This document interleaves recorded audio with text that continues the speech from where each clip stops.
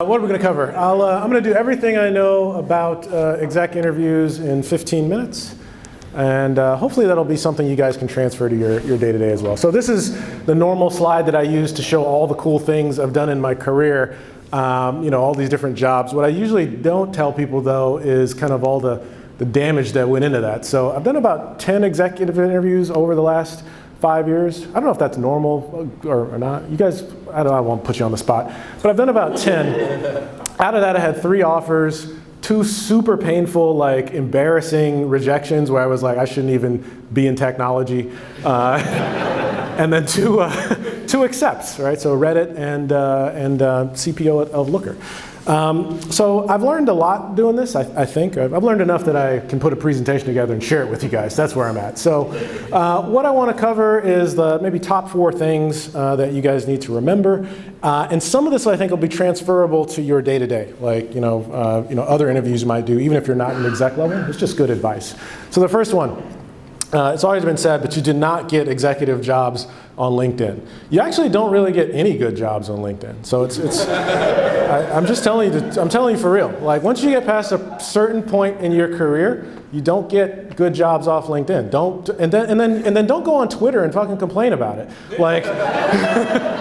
That's not how it works. Once you get into past staff or up, you need to be using your network. So the 3 biggest investments to expand your opportunity network, the simplest one is actually coworkers. So one of those jobs that the Reddit job I got was actually from a coworker that I worked with back in 2006. And people remember you for being a good coworker. They also remember you for being a bad coworker. So don't forget about that. Second, also really, really underutilized, something I wish to God I had started doing many years ago. It turns out Twitter is not a waste of time. It turns out if you put a little bit of energy into Twitter and a little bit of sharing your knowledge day to day, that compounds over time. And you will get extraordinarily good opportunities a year after starting to do that. So my social media following, I think I checked it this morning, I have not a huge following. I only have 2,900, I don't have a lot of followers relative to celebrities, but you will get a lot of inbounds that are very, very valuable if you just spend a little bit of time sharing your knowledge on social media. My favorite platform is blogging. Each of you learns something every week. I swear to God, just take 5 minutes, write a 200-word blog post about what you learned that week, post it up. It'll seem like nothing at the time, but you'll look back on it a year later and you'll be like, wow, why am I getting all these inbounds? And why? It adds up. So invest in your social media. And then finally, exec recruiters. I won't harp on it any more than you've already heard, but Sam and Bill here basically gave me access to all of my opportunities that I've had since I moved to the Bay Area. When I talk about networks, you can know 2 people that will change your life, and they're in this room. The reason I invited them here is because these are literally the 2 people that made me a multimillionaire sitting right next to you. That dude right behind you could make you filthy rich. Well, I know you're doing all right, man. He's trying to act like he's not loaded. Anyway, so second thing you got to do is establish your executive identity. All right. So when you go to get these jobs, it's it's something that I think Flea was trying to articulate. You're working with agents, right? You've got to kind of package up what you're selling, and that means you got to understand yourself. Exec interviews are not a time for self-discovery. You got to have all that shit wrapped up when you walk in the door, all right? So identity is the culmination of these 3 things. Experiences. The more breadth of experience you have, big companies, small companies, different technologies, the more attractive you're going to look as an executive target. Second, your reputation, all right? Your reputation, actually, let me drill into this a little bit. I think I've got a little expanded here. Experiences. There's a quantitative aspect to it, which is what I wanted to cover as well. So experience can come from the different breadth of types of companies you look for, but having done a lot of these, I've tried to bullet point the things I get asked about the most. If I go do an exec interview, I always get asked, the first thing is how many people have you ever managed? Then they'll ask, what's your opinion on coaching, mentoring, and people development? For those of you who are managers in the room, the reason that they ask that is because they actually want to know if you can fire people. It's the most weird thing. It took me like a couple tries to figure that out. Can you handle global offices? Another big one. It differentiates really experienced managers from people who are up and coming. Technical breadth, what technologies have you used? I think Flea covered like, hey, like maybe spent too much time on Azure or AWS. You want to have a breadth there.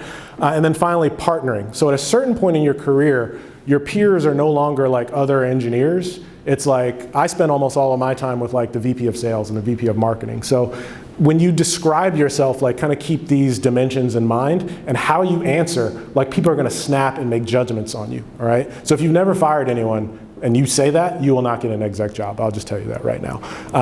Manage, how many people you manage kind of tells you what stage startup you can be in. All of these things kind of tell the exec recruiter and the person on the hiring side where you should fit.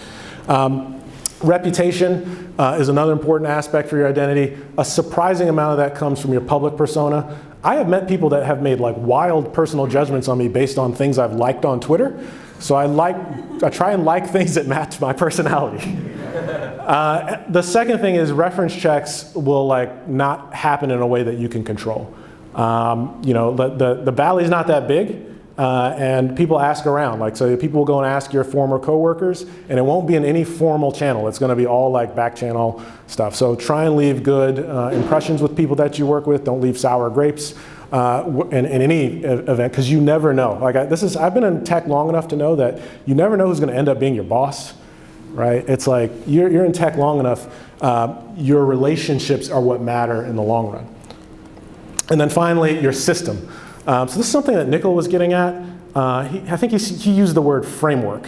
All right, so you guys, when you're being interviewed, you have to have a standardized approach that you're going to use and present to the person who's hiring you. So what problems are you good at solving? What is the repeatable framework with you use to solve those problems?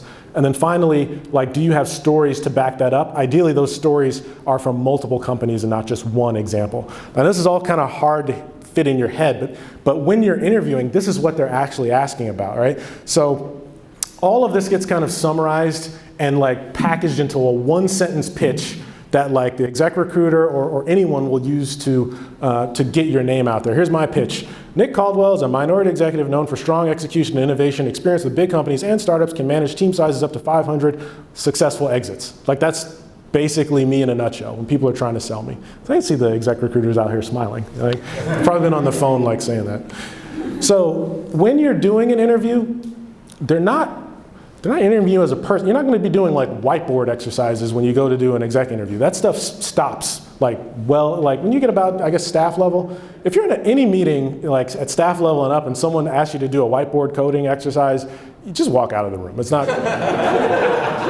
it's not worth your time. Now, what they are interviewing you though, they're trying to figure out how your system's going to change their system. Does that make sense? Like they're hiring you because something was like, they couldn't find internally, like there was something missing in their company, and they're like, crap, we can't solve this problem, we gotta go external, we need somebody with a different system than the one that we got. So they already want to bring someone in external, so the question they're asking is, how is your system going to change their system, all right? So you have to be keeping that in your mind as you're doing the interview. That's why you think about these frameworks. The second thing you want to pay attention to, when you're doing these exec interviews, it's not like you're just gonna meet engineers, because you will realize later in your career, for those of you who are further on, the system is not just engineers. The system is sales, marketing, design. People will show up from these disciplines and they will want to interview because they want to know how their job is going to be impacted by your system. And I made this is one of the disastrous mistakes I made early on in my career. It's far enough back now that I can share it with you guys, but my very first exec interview was at Salesforce. I was going to be VP of their search technology. I ended up placing their current VP of search technology, by the way, just to say that there's no hard feelings. But there's hard feelings. But I did go back and help them out. No, but my point is, during that interview, I wasn't aware of who was interviewing me. My background's at Microsoft. At Microsoft, we had just gotten rid of the test discipline. Like, I don't know if you guys have been around long enough. There used to be a very, very dedicated like software test discipline. At Microsoft, we had eliminated that. So I go to this VP of engineering job. Person walks in, starts asking my opinion on quality. and I start talking about like, hell, well, at Microsoft, we don't even have testers. We just make all of the engineers be developers. You know what that person's job was? Director of test. Director of test. And that was the first exec interview I've had where like, you ever do an interview so bad and they just walk you out? You don't even get to the end of it. Don't even get to the end of the day. So anyway, pay attention to who you're talking to and think about how your system is going to affect them. The faster you can figure out the company problem, the better your outcome will be. So they're interviewing your system. You need to be interviewing them to understand what problem they're trying to solve, all right? And I just wanted to leave you guys with 2 trick questions that I used to figure this out, because the sooner you can figure this out, the sooner you can kind of understand which framing that you should bring to bear. So what is the biggest challenge you deal with day to day? So every interviewer that you meet, make sure you ask them what challenges they deal with. 1, it makes you interested in it makes it seem like you're interested in the company and so forth. 2, they'll eventually slip up and tell you what the real problem is, like why they couldn't hire someone externally.